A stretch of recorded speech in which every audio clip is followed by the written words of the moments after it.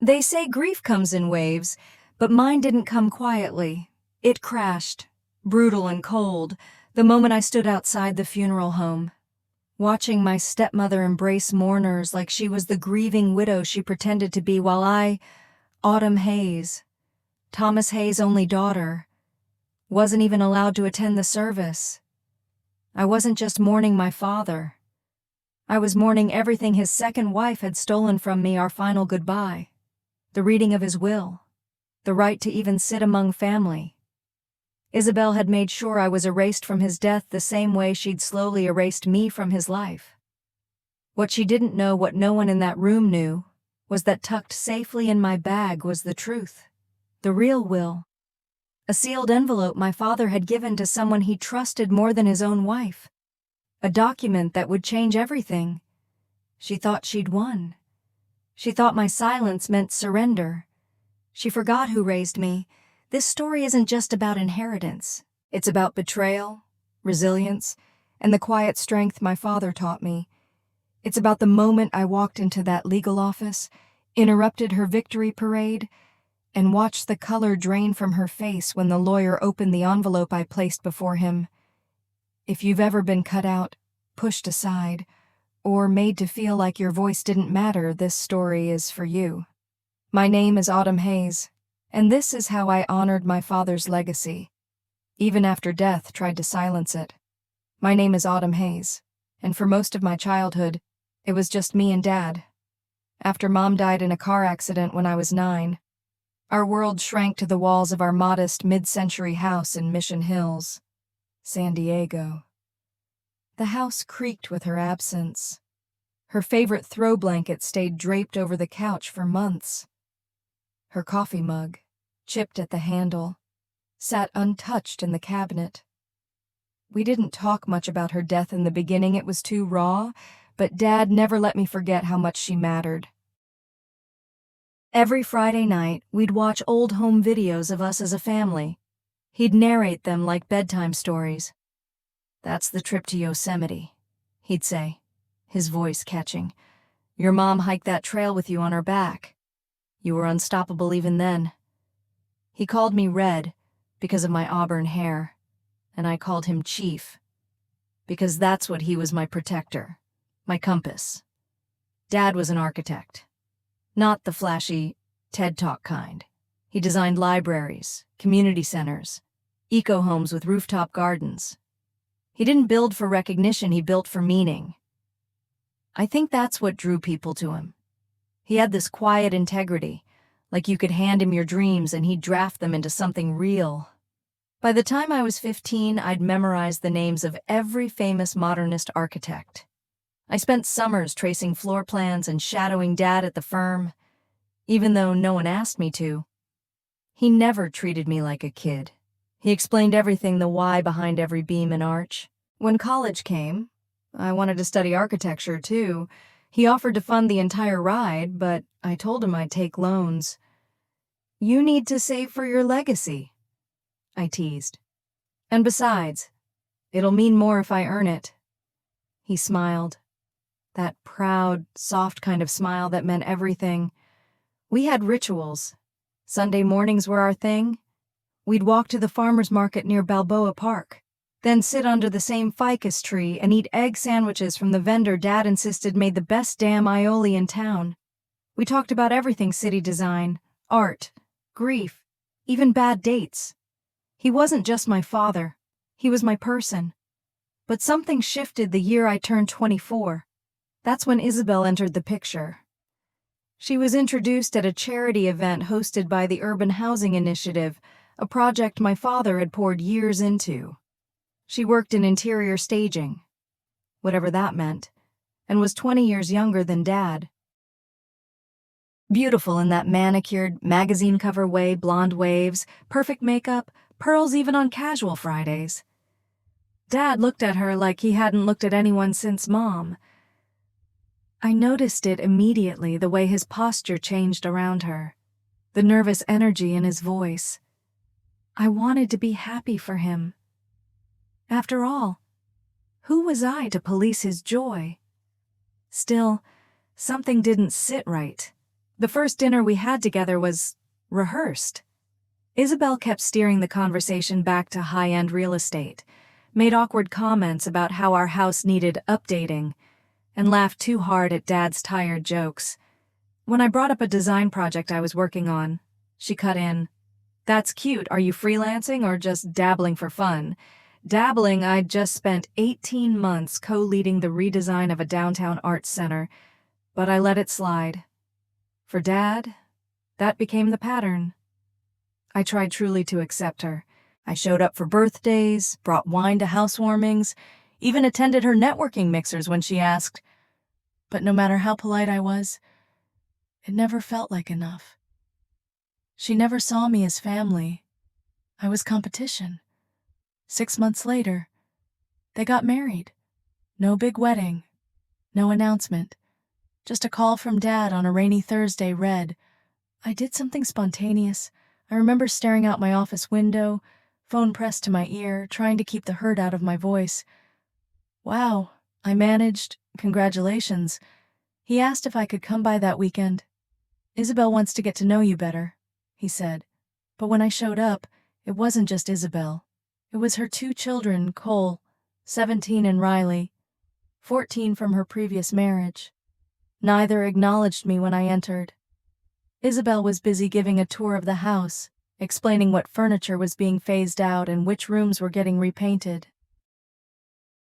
Gone were Mom's hand-painted ceramic vases, the wall of framed photos we used to update every year.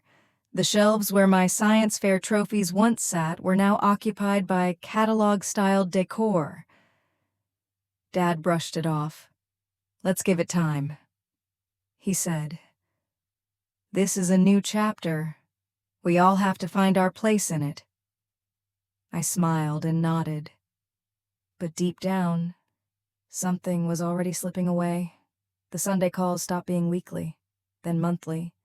Our lunches became quick coffees between meetings. My key to the house no longer worked. Isabel said they'd upgraded to a new smart system and forgot to add me. When I asked Dad, he looked away. "Things are just hectic right now," he said. And slowly, I became a guest in the home I was raised in. He never said it outright, but I knew he was trying to keep the peace. That's the kind of man he was. But peace with Isabel came at the cost of our bond and in ways I wouldn't fully understand until it was almost too late. The first thing to go was Mom's garden. I drove by the house one afternoon after a meeting in Hillcrest, a spontaneous decision that felt harmless enough until I saw the landscapers. The rose bushes my mom had planted one spring, after weeks of thumbing through seed catalogs with me at the kitchen table, were gone. In their place were boxwood hedges and imported white gravel. It looked sterile, like a magazine spread, like it didn't belong to us. I called Dad. "Oh yeah," he said, hesitant. Isabel thought it was time to freshen things up. The roses were dying anyway. They weren't. I had pictures from just 2 weeks earlier. She hired a new landscape designer, he added, trying to soften the blow. They've worked with the mayor's residents. Very modern stuff. I didn't say what I was thinking, that our home wasn't a showroom, that every change she made seemed designed not to enhance the space, but to erase its history, to erase Mom. Inside, the changes were worse. One day I arrived unannounced with takeout our old favorite, Thai from a little place in North Park. Isabel opened the door. She looked surprised. "Next time, give us a heads up." "Autumn," she said, stepping aside. "We've got a lot going on." I entered slowly, scanning the foyer. Gone was the antique mirror that had once belonged to my grandmother. In its place hung a massive abstract canvas, the kind that screamed, "I'm expensive," but said little else. Even the scent was different, no trace of Dad's cedar pipe tobacco or the lemon cleaner Mom had used. Just a waft of synthetic vanilla and lavender from one of Isabel's ever-present reed diffusers. Dad appeared, smiling tiredly. Red. What a nice surprise. We ate dinner in a dining room I barely recognized. Isabel had replaced the table with a long minimalist slab of white oak, and the walls had been painted a steely gray. It looked like the interior of a high-end condo. I felt like a guest in a model home. Cole and Riley didn't say much, as usual. They mostly stared at their phones. When Riley finally looked up, she asked, "Do you ever think about getting Botox? You've got that line between your eyebrows?" Isabel laughed like it was charming. I blinked, stunned. Dad changed the subject, awkwardly. But I saw the way he looked at me, apologetic, powerless. After that night, I stopped visiting spontaneously. The shift in our relationship was like slow erosion. Nothing dramatic, just a series of small moments that added up. Like how Isabel began managing Dad's calendar. Suddenly, he was too busy for our lunch dates. Or how she insisted on handling his medications, even the ones he'd always kept track of himself.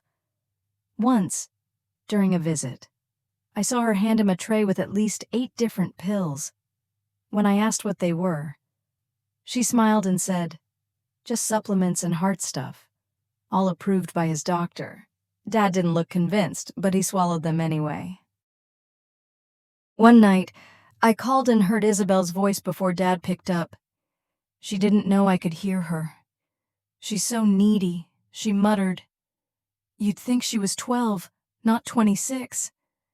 I froze. Then Dad answered, his voice a little strained.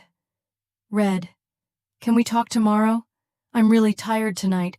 I wanted to yell, to demand that he see what was happening. But I didn't. I told myself he was under stress, that maybe I was overreacting. Then came the financial clues. Dad had always been transparent with money. He once sat me down when I was 15 and showed me how he budgeted for mortgage payments and project expenses. "You need to understand how money moves," he'd said, "because someday, this will all be yours to manage." But now, when I brought up anything related to his business or estate planning, he got vague. "I've delegated some things," he said. "Isabel's got a great head for organization." Delegated, I wasn't asking to see account balances. I just wanted to know he was okay. The last real conversation we had was 3 months before he died. He called me late unusual for him. I had just gotten out of the shower, my hair dripping, my phone buzzing on the sink. "Red," he said, voice low, "can you come to the house sometime next week? There's something I want to talk to you about, in person." "Of course," I said, heart thudding. "Are you okay?" He hesitated. I need you to know I'm making changes. Things that feel right. Just talk to Eleanor if anything ever happens." Eleanor Davis, his longtime assistant. Efficient, reserved, loyal. I asked him what he meant. But then I heard Isabel in the background. "Thomas, did you take your blood pressure meds yet? Come back to bed, it's late." Her voice sounded sweet, but there was an edge to it. Something sharp underneath the sugar. He quickly said, "We'll talk soon." "Okay, I love you, Red." That was the last time he said it to me. In the weeks that followed, my calls went unanswered, or I'd get a text from Isabel, "He's resting, I'll let him know you called." When I finally got through, Dad's speech was slurred. He sounded foggy, like someone had turned down the brightness on his mind. I told myself I'd fly out that weekend, but I was too late. I was finalizing a residential blueprint when my phone rang, an unknown number with a San Diego area code. I usually let those go to voicemail, but something in my chest whispered, "Pick up, Autumn." It was Cole. His voice was flat, like someone reading instructions off a napkin. "Yeah, what's going on? It's Dad. Thomas. He's at Mercy General." My breath caught. "What happened?" "Is he okay?" "I don't know. Mom said to call you." The line went dead before I could ask anything else. I was on the next flight home. 5 hours felt like 500. I didn't even pack properly, just tossed jeans and a blazer into a carry-on and prayed that whatever was happening wasn't the worst-case scenario playing on a loop in my head. When I arrived at the hospital, my palms were sweating as I approached the desk. Thomas Hayes. I told the nurse, I'm his daughter. She checked the computer. Room 417 cardiac care unit. Take the east elevators to the 4th floor. I exhaled for the first time in hours. But when the elevator doors slid open, my relief evaporated. Isabel was already there, polished as always in a fitted cream sweater and designer flats, a leather folder clutched in her arms like a prop. Cole sat with his headphones in, while Riley scrolled through her phone, her legs tucked under her. As soon as she saw me, Isabel stood and placed herself squarely between me and the hallway. Autumn, she said, feigning surprise. What are you doing here? I stared at her, stunned. Cole called me Cole. Why wouldn't I be here? He's my father. Her expression hardened, dropping the socialite mask. Only immediate family is allowed beyond this point. The doctors are limiting visitation. I am immediate family. She gave me a tight-lipped smile. You haven't lived in this house in years. The doctors are very clear, no disturbances, no emotional stress. I stepped forward. I just want to see him. Don't cause a scene. Autumn. A nurse glanced at us nervously from her station. I walked over. I'm Thomas Hayes' daughter, I said, trying to keep my voice steady. Can I see him, please? The nurse looked confused. His wife listed Cole and Riley as the only children. No one else is on the approved list. My stomach flipped. There has to be a mistake. I'm his daughter from his first marriage. She hesitated. Let me speak to Mrs. Hayes and the attending. I waited for what felt like hours. Isabel and her children were let in and out, sometimes carrying bags of food, sometimes whispering. I sat on the hallway bench like an outsider, as if I were some distant relative no one remembered. Finally, a doctor approached me. Middle-aged, tired, sympathetic. Ms. Hayes, he began. I understand there's been some confusion. Your father is stable, though sedated, but, as per his medical proxy, his wife has requested limited visitation. We have to honor that. That's not what he would want. I'm truly sorry. I pleaded. I begged. I even tried sneaking past when Isabel stepped away, but she returned just in time and alerted hospital security. They escorted me out. I cried in the parking garage for an hour, my forehead pressed to the steering wheel, the tears hot and ugly. For the next 2 days, I tried everything calling, emailing the hospital admin, appealing to patient rights departments. I even tried bribing a nurse, who looked horrified and walked away without saying a word. On the 3rd day, while I was buying coffee in the hospital cafeteria, a young woman in scrubs sat beside me. Are you Autumn? She asked quietly. I blinked at her. Yes, I'm Rachel. I've been on your dad's night shift. I probably shouldn't say anything, but, she glanced around. He's been asking for you. My heart caught in my throat. What Isabel said, he was unconscious. He has lucid periods. Short, but real. He mentioned your name yesterday. Asked where you were. Said you had a good head for floor plans. I laughed. A brittle, cracked sound. That was our thing. I don't have much authority, she said, but I'm on tomorrow night. If you come around 11 p.m., I can try to get you in for 5 minutes. I can't promise, but I'll try. I nodded, barely able to get the words out. Thank you. That night, I barely slept. I kept checking my watch, counting the hours, picturing my father's face. I wanted him to know I'd been trying, that I was there. But the call came at 6:04 a.m. Miss Hayes, the voice on the phone said, calm and clinical. This is Dr. Mahoney from Mercy General. I'm so sorry to inform you. Your father passed away this morning around 5:40. He went into cardiac arrest. We were unable to revive him. I dropped the phone. The rest of the day is a blur. I called no one. I packed nothing. I just sat on the edge of a hotel bed, holding my phone like a brick in my hand. The last message from Dad still open. We'll talk soon. I love you. But we never did. The funeral was held at a private venue in La Jolla, stylish, cold, expensive. Not the oceanfront chapel my dad always said he wanted. When I arrived, a sharply dressed usher glanced at the guest list and guided me to the far back row. Meanwhile, Isabel, Cole, and Riley sat in the front, surrounded by lawyers, neighbors, and people I didn't recognize. When I tried to approach the casket before the service began, Isabel's brother stepped in front of me like a nightclub bouncer. "Family first," he said flatly. By the time I reached the casket, they were already lowering the lid. My goodbye was a half-second glimpse of my father's still face, and even that felt stolen. The funeral was a performance. From the curated slideshow filled mostly with recent, staged-looking photos, to the impersonal eulogy delivered by a pastor who clearly didn't know my father. It felt more like a press event than a goodbye. Isabel soaked up the attention in a black designer sheath, clutching a tissue she never used.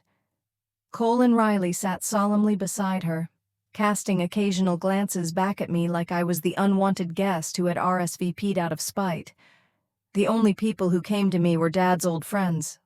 Mr. Gilmore from the sailing club, Dana, one of his favorite baristas from the coffee shop near the firm. They hugged me. They whispered things like, "He always talked about you," or "He said you were his greatest pride." But the family? The people now holding the keys to his estate? Not a word. I left the service early, the air too tight to breathe. I drove aimlessly down the coast until I landed at a gas station in Solana Beach, hands shaking as I filled my tank. I sat in the driver's seat with the engine off, watching waves break in the distance and wondering how grief could feel so much like rage. I didn't just lose my father. I was erased from him. The next day, while sitting in my hotel room eating instant ramen and scrolling through photos of Dad and me as if trying to prove our connection to myself, I got an alert from LinkedIn. Gregory M. L. Harrison, estate attorney at Harrison & Cobb LLP, had viewed my profile. 2 hours later, I overheard something at the cafe downstairs that made my blood run cold. "They're doing the reading on Tuesday," a man at the next table said quietly. "Her lawyer has everything ready." I glanced up. The man speaking was the same one I'd seen standing next to Isabel at the funeral, her attorney. Or, more accurately, the family's. He was speaking to a woman in a gray pantsuit who kept nodding like this was all routine. "Everything is settled the way Robert wanted it." He added, "It's airtight." He said my father's name like it was just another file folder on his desk. I leaned forward, heart hammering. I didn't catch the location, but the time stuck: Tuesday, 2:00 p.m. I wasn't invited. Of course I wasn't. That night, I fell apart. I sat on the edge of the bed, sobbing so violently I thought my ribs might crack from the pressure. I didn't cry like a grieving daughter. I cried like someone who'd been robbed. Like someone whose voice had been stolen piece by piece, replaced by curated lies and lawyer speak. "Dad, what did you let happen, and why?" At 1:12 a.m., there was a knock at the hotel room door. I froze. I wasn't expecting anyone. The front desk hadn't called. I pulled back the curtain cautiously. It was Eleanor. She looked exhausted, like she hadn't slept in days. She clutched a large black handbag to her chest like it contained something sacred. "Can I come in?" she asked in a whisper. I opened the door without a word. She stepped inside, glancing nervously down the hallway behind her before shutting the door. I hadn't seen her since the memorial, where she'd kept her distance, perhaps out of self-preservation. "I'm sorry it took me this long," she said. "I had to wait until Isabel left the office. She's been there every day since the funeral, micromanaging, reorganizing, watching." She reached into her bag and pulled out a sealed envelope, thick, heavy-looking, with red wax stamped across the flap. The symbol embedded in the wax made my throat tighten. My father's signet ring. "Your dad gave this to me 6 months ago," she said. "Said I was to give it to you personally if anything ever happened to him. No messengers, no emails, not even certified mail." I held the envelope in both hands like it might burn me. "Did he tell you what was in it?" Eleanor shook her head. "Only that it was important, and that you'd know what to do." Then, before I could ask more, she glanced at her watch. "I can't stay long. Isabel's people will notice if I'm gone too long." I saw it then, the fear behind her eyes. She was risking something just by being here. "I'm so sorry for your loss," she added, her voice breaking. "Your father, he really loved you. Autumn. Never let anyone make you believe otherwise." Then she left, and I was alone again. Only now. I wasn't empty. Now I had something. I sat cross-legged on the bed, the envelope in front of me like a live wire. I stared at it for an hour before I broke the wax seal. Inside were 3 items: a handwritten letter on Dad's personal stationery, a sealed legal document marked with the logo of a law firm I'd never heard of, and a small brass key taped to a business card with the name of a downtown bank. I opened the letter first. It began simply, "My dearest Autumn, if you're reading this, then the worst has happened. And I'm so sorry.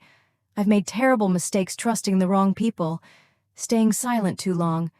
But I've also made arrangements, things I should have done sooner." As I read, my breath grew shallow. He knew what was happening. I read the letter twice, then a third time, gripping the edges as if the paper itself could hold me together. I've noticed things changing: missing files, switched prescriptions, people I trust being let go or pushed out. At first I thought it was grief fog, then I started keeping records. "I've made arrangements. Autumn, I'm sorry I didn't say this all to your face, but I was afraid I wouldn't get the chance. Trust Eleanor, and trust yourself. You've always had your mother's instincts." By the time I finished reading, my hands were shaking. My father wasn't just afraid of dying. He was afraid of being erased. The next morning, I went to First Horizon Bank, the address scribbled beneath the key on the business card. The manager, an older man with tortoiseshell glasses, examined the ID, the key, then looked at me carefully. "Your father gave us very specific instructions," he said. "We were to give you access immediately, no questions asked, no phone calls made." He led me to the vault room. Inside, he retrieved a medium-sized safety deposit box and left me alone with it. My heart thudded like a war drum as I opened the lid. Inside were 5 neatly labeled folders, a flash drive, a cloth bag, and another envelope marked "to be opened by an attorney if needed." The first folder was titled "The Real Will." I opened it. Inside was a notarized document bearing the seal of Lyman & Rowe LLP, dated 6 months prior. It was a revised version of my father's will, the real one. The paper was heavy stock, signed and witnessed by people I didn't know. But the language was unmistakably his. In it, he left the family home, the majority of his estate, and his architectural firm to me, to Isabel. He left a modest monthly allowance and access to a small trust fund, conditional upon a review every 2 years. Cole and Riley were each granted educational trusts, contingent on enrollment and progress. And then there was the kicker. In the event that my death occurs under circumstances deemed medically ambiguous, or should any disputes arise regarding the authenticity of this document, I request a full independent investigation, including toxicology reports and a forensic review of all prescriptions administered in the 6 months preceding death. I sat there, stunned. He'd seen it coming. He hadn't just made a new will, he'd left a trigger. The second folder contained photographs. Some looked like surveillance images, grainy shots of Isabel outside a cafe, embracing a man I didn't recognize at first. Then I realized it was her ex-husband, The same man she had claimed had abandoned her and the children. Another set of photos showed that same man entering our family home on several occasions while Dad was out of town. The third folder was worse. Bank statements. Transfers from my father's personal accounts to offshore ones in the name of Daniel G. Hastings, Isabel's brother. The sums weren't massive, but they were regular, quiet siphoning under the radar. The fourth folder held medical records. My father's prescriptions had changed dramatically in the last 6 months of his life. Several notes written in his own hand were clipped to the records, questioning why certain medications had been increased or swapped out. He'd even highlighted dates when Isabel was the one who picked up refills at the pharmacy. And then, the flash drive. I plugged it into my laptop back at the hotel. It contained audio files, dozens of them. They had been recorded using a mic in Dad's home office. I clicked on the first file. Isabel voice. Lo, he's slipping faster than I thought. Unknown male. Possibly her brother. You need to get the estate sorted before he wises up again. Isabel. He won't. I've been managing his pills. He sleeps through most of the day now. I stopped the recording, bile rising in my throat. Another file. Cole sounding unsure. Are you sure we should be doing this, Isabel? We're protecting the family. Once Autumn's out of the picture, everything stays clean. I sat frozen in the hotel chair, the screen illuminating my pale face in the dim room. It wasn't just neglect. It wasn't just selfishness. It was intentional. There were more documents, my dad's handwritten health journal, tracking his symptoms with eerie precision. He detailed the fatigue, the headaches, the confusion each entry dated, cross-referenced with meals Isabel prepared or pills she handed him. He was piecing together a puzzle, and now he had passed it to me. I didn't sleep that night. I lay in bed with the folders spread out beside me, lit only by the glow of a desk lamp. My father had reached out from the grave, not just to protect me but to expose her. I thought about the way Isabel had smiled at the funeral, the way she'd blocked me in the hospital hallway, the scripted grief, the pristine mourning dress, and I thought about the will reading scheduled for Tuesday at 2:00 p.m., the one I had never been invited to. She thought I'd go quietly. She had no idea I held everything she tried to bury. Tuesday, 1:58 p.m., the law offices of Harrison and Cobb LLP smelled like leather, cologne, and old secrets. The receptionist looked up from her desk as I entered, her eyes scanning me with polite confusion. Can I help you? My name is Autumn Hayes. I'm Thomas Hayes' daughter. I believe there's a will reading scheduled for 2:00. She hesitated, clearly thrown. One moment, please. She made a call, voice lowered, and after a few tense seconds, nodded. You can wait over there. I sat in the waiting area, my fingers resting on the edge of my bag, the one containing the original will, the flash drive, the health journal, and the handwritten letter from my father. My heart thudded beneath my ribs, a warning and a war cry. 2 minutes later, the door to the conference room opened. Gregory Harrison, the estate attorney, stepped out. He was tall, sharp-featured, clearly irritated. Ms. Hayes, he said, as though reading my name off a post-it. I was under the impression you were not expected. No, I said evenly. I wasn't invited. He gave a tight smile. This meeting is for individuals named in Mr. Hayes' last will and testament. I stood, my voice calm. That's exactly why I'm here. He blinked, thrown off just enough to step aside and motion me in. The room was as cold as the rest of the building, dark mahogany table, neutral walls, bottled water at every seat like we were all gathered for a corporate merger.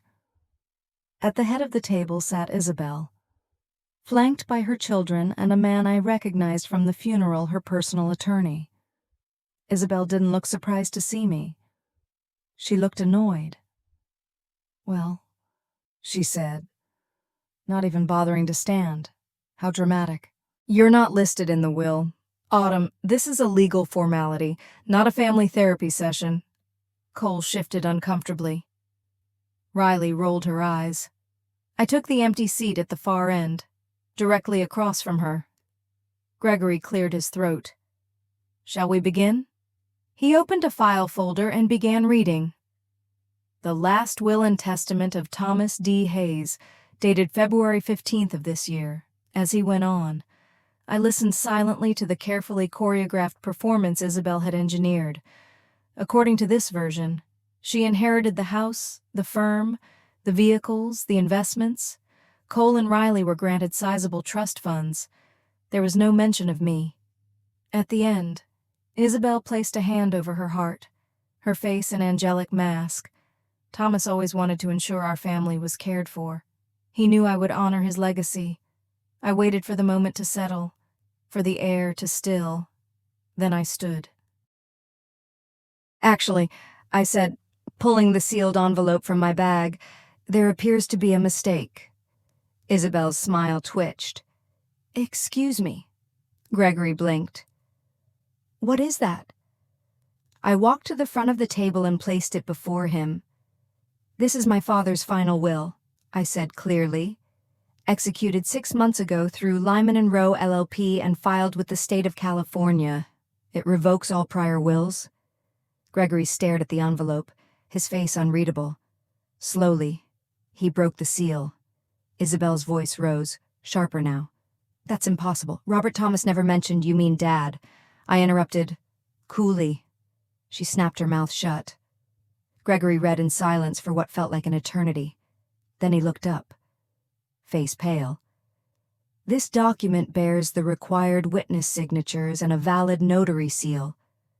And the language is explicit. It supersedes the will I just read. Isabel's chair scraped against the hardwood. This is a forgery. Gregory raised a brow. It appears to have been properly filed and time-stamped. If it's a forgery, it's a highly elaborate one. Where did you get it? She demanded. My father left it with someone he trusted. Along with this, I pulled out the letter, handing it to Gregory. And this? I placed the flash drive and health journal on the table, and instructions for a toxicology report should his death seem unnatural. The room fell silent. Isabel's face had lost all color. Cole looked like he wanted to disappear. Riley stared at the wall. I would advise, Gregory said carefully, that we pause this meeting until these documents can be authenticated. You can't do this. Isabel hissed at me. You think this changes anything? It changes everything, I replied, my voice steel. As the legal team scrambled to process the updated documents, Isabel stood, knocking over her chair. You're not getting away with this, Autumn. You think a few pages of paper erase the last 10 years of his life? You think her voice broke off as she caught sight of the health journal, the audio recording still sitting on the table. Her eyes flicked to Cole, then to her lawyer, then back to me. I could see it, the calculation, the recognition that she had underestimated me, that the daughter she'd pushed to the sidelines had just stepped into the spotlight, armed with the one thing she hadn't anticipated, the truth. Gregory gathered the files, his voice more cautious now. We'll need to reconvene once this is reviewed. I strongly advise all parties to refrain from making further statements. Isabel didn't respond. She picked up her purse and stalked toward the door. As she passed me, she leaned in, her voice cold enough to burn. This isn't over. I looked her dead in the eye. I know, I said. That's why I'm just getting started. 3 weeks later, I stood outside the San Diego Superior Court in a navy blazer and low heels, my hand resting on a folder thicker than any blueprint I'd ever drafted. This time, I wasn't there to plead or prove my love for my father. I was there to defend his legacy. Inside the courtroom, the tension was razor sharp. The polished wood and heavy silence made every whisper sound like a shout. Across the aisle sat Isabel, dressed in solemn black again, flanked by her attorney, Martin Drake, a probate litigation specialist with the kind of cold eyes that looked through you. Cole sat behind her, shoulders stiff. Riley was absent, to my surprise. Mason, my father's oldest friend and former business partner, had come to sit behind me. So had Eleanor, her spine straight as steel. My attorney? Caroline Avery leaned toward me and whispered, "Don't let her expressions rattle you. Isabel's entire game is built on performance. You've already broken her script." I nodded, clutching the journal tighter. The judge entered Hannah and Margaret Lynn, known in legal circles as precise, unsentimental, and allergic to theatrics. "We are here today to determine the validity of two competing wills regarding the estate of Thomas D. Hayes," she said crisply. "Ms. Hayes, please present your case." Caroline stood and began methodically. The will I submitted was dated 6 months after the one Isabel had presented. It was filed with the state, notarized, and witnessed by an independent third party. The signature matched previous verified documents. The audio files, labeled and time-stamped, corroborated a timeline of coercion, manipulation, and medical interference. Drake stood to argue that my father had been confused, grieving, and in a compromised mental state, and that his prior will had been carefully structured during a clearer period of his life. That's when we brought out Walter, my father's former estate attorney. "I hadn't heard from Thomas in nearly a year," Walter said on the stand. "Then he called me, said he had concerns, said things at home didn't feel safe anymore. He asked for a referral to a new firm." "Did he seem of sound mind?" the judge asked. Walter didn't blink, sharp as ever. Next, Eleanor.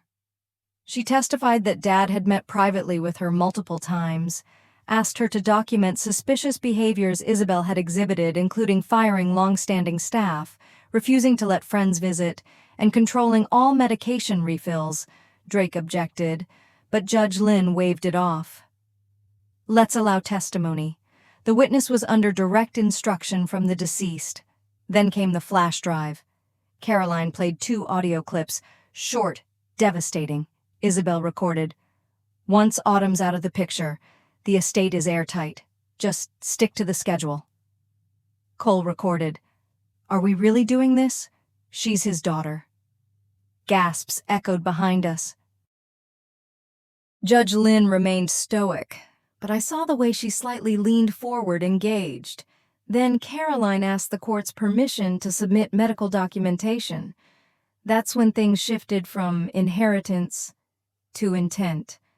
The medical records, paired with my father's journal, painted a disturbing picture.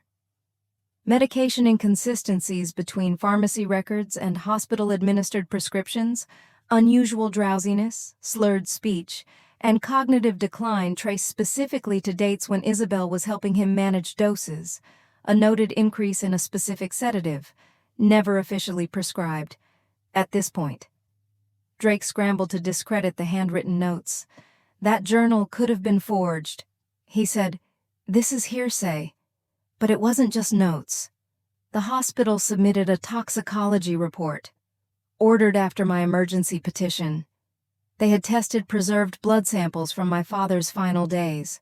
The results elevated levels of zopiclone and digoxin, both dangerous in combination, and neither prescribed to him officially. The courtroom froze. Drake asked for a recess. Isabel. She didn't blink.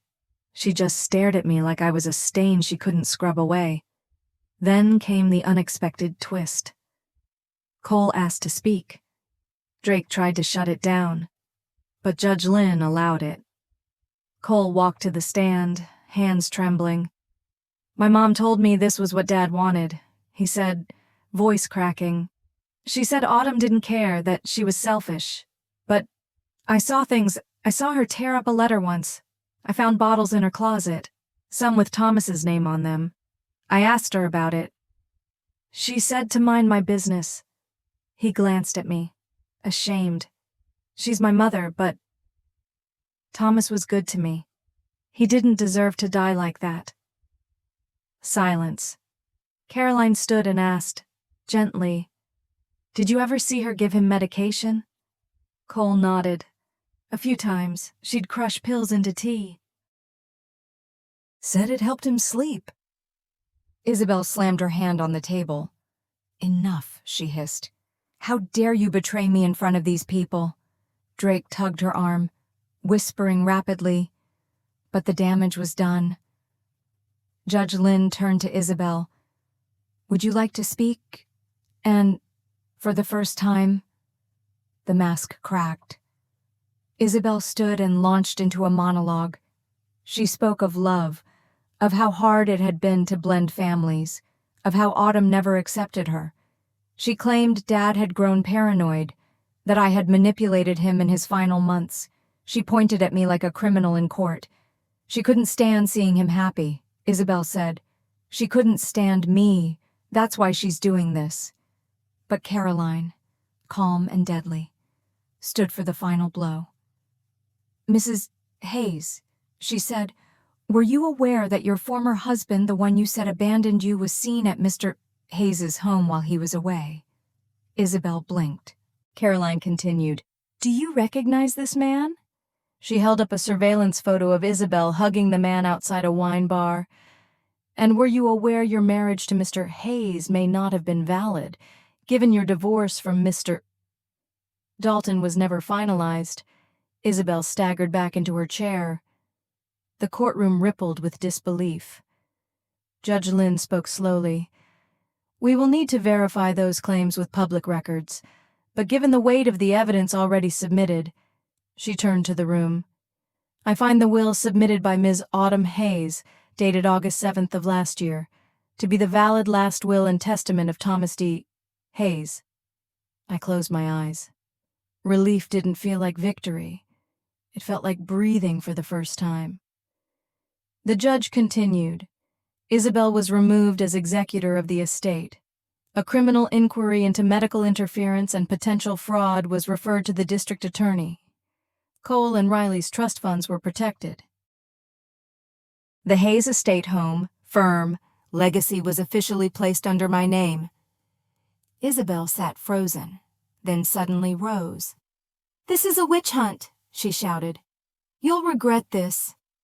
"Autumn, you think you won because of a few fake pills and love notes?" A bailiff gently escorted her from the room. Her words echoed as the door shut behind her. Outside, reporters had already caught wind of the case. Caroline shielded me from them as we made our way to the car. Mason placed a hand on my shoulder. "Your dad," he said softly. "He knew what was coming. That's why he chose you." I nodded, clutching the manila folder to my chest like a torch. I won't let her bury him again. 6 months later, the house didn't feel haunted anymore. The echo of Isabel's polished heels on hardwood had long faded. Her mirrors, sculptures, and faux modern art were all boxed and donated. In their place, I'd restored the things that actually belonged here: Mom's watercolor paintings, Dad's framed blueprint sketches, and the vintage sea glass lamp they bought on their honeymoon. The garden was blooming again. I replanted the roses. They weren't the exact same ones, of course, but close enough heirloom floribundas in crimson, coral, and blush. I found them in a local nursery with Eleanor's help. She came every weekend with gloves and iced tea, saying nothing as we quietly built something back out of what was almost lost. I didn't sell the house, even though I considered it. According to Dad's will, I had full discretion. But I couldn't walk away, not after everything he had done to protect me. Not after how hard he fought in silence. Instead, I turned the downstairs guest wing into something new. The Hayes Foundation for Ethical Design. Funded by a portion of the estate and dedicated to my mother's memory, it would provide scholarships, mentorship, and community design grants for underrepresented students in architecture. We had our first class of interns the same week the final estate documents were signed and sealed. That night, as I locked up the converted studio and turned off the lights, I whispered, "We did it. Dad. And for a moment, I could swear I felt him there, not in some ghostly way, but in the weight of everything he'd left behind. His values, his integrity, his quiet, relentless belief in building things that mattered. The press coverage surrounding the trial eventually died down. Headlines like "Stepmother faces criminal charges in will scandal and architect's daughter reclaims legacy" gave way to newer stories. I declined interviews. I didn't need to go public to feel seen. Justice, in its truest form, is silent. It's not about revenge, it's about restoration. The criminal case against Isabel was still ongoing. She had been denied bail after investigators uncovered a forged marriage license, a second hidden bank account in the Caymans, and evidence of past elder exploitation involving another wealthy client she had staged homes for. Her attorney was already negotiating a plea deal, but no deal would erase what she'd done. And honestly, I didn't care about her anymore. I cared about what came next. One day, as I reviewed grant applications at the dining table, my phone buzzed. "Cole." I hesitated for a beat before answering. "Hi," I said cautiously. "Hey," he said, voice quieter than I remembered. "I just wanted to thank you." I didn't respond right away. There was too much wrapped inside that sentence: shame, grief, maybe even hope. "She manipulated all of us," he said. "Riley's in therapy now, living with her dad's sister. She's still figuring things out." "And you?" I asked gently. "I enrolled in a community college near La Mesa, drafting and design. Thought maybe I'd try something. Honest." I smiled. "That's a good start." He paused. "Would it be okay if I came by sometime, not for anything formal? Just to say hi?" "Yes," I said. "It would." We hung up without fanfare. And for the first time, the idea of rebuilding a relationship didn't feel like betrayal. It felt like legacy. 3 weeks later, I hosted a small memorial service at Dad's favorite marina. Just a handful of people, his old friends, former colleagues, Eleanor, Mason, a few of my closest. No suits, no prepared speeches, just stories, laughter, and the sound of water against the dock. I brought a journal, placed it beside his framed photo, and invited everyone to write something a memory, a quote, a scribbled sketch. By the end of the evening, the pages were full. Mason stood up at sunset, lifting his glass. Thomas Hayes once told me. He said that buildings are only as strong as their foundations. I'd say the same is true for people, and from what I've seen, Autumn, your foundation's stronger than steel. My throat tightened, but I smiled. Dad would have hated the spotlight. But I think he would have been proud of this. Of me. After the marina gathering, I drove back to the house, barefoot in the grass, wine glass in hand, and stood in the backyard. The stars were bright. The roses rustled softly in the breeze. I thought about everything we'd survived, the grief, the betrayal, the gaslighting, the courtroom, the uncertainty, and still I stood. Still I rebuilt. There's a quote Dad kept framed on his office wall. I found it when we restored his study. "The true measure of wealth is not what we keep, but what we give away." That's what I'm doing now. Giving back, giving forward, and giving myself space to finally breathe. Some wounds don't heal in a linear way. They linger. They ache on rainy mornings and during holidays, and when you hear a voice that sounds just a little too much like the one you lost. But healing doesn't mean erasing pain. It means making something beautiful beside it. That's what this house is now. That's what my life is becoming. On the anniversary of his death, I brought white roses to Dad's grave. I didn't cry. I knelt in the morning sun, brushing a leaf off the headstone, and whispered, "It's done. Chief, your story was told, your wishes honored, your legacy protected," and I felt it, the quiet weight of peace settling beside me. Not closure, not the end, but a beginning. If you've ever been pushed aside, silenced, or told your instincts didn't matter, I hope this story reminds you you are not alone. Truth takes time, justice isn't always loud, and legacy can be reclaimed. If this story spoke to you, feel free to share your experience. Because sometimes, the most powerful thing we can do is simply not let the truth die in silence. Thank you for listening to mine.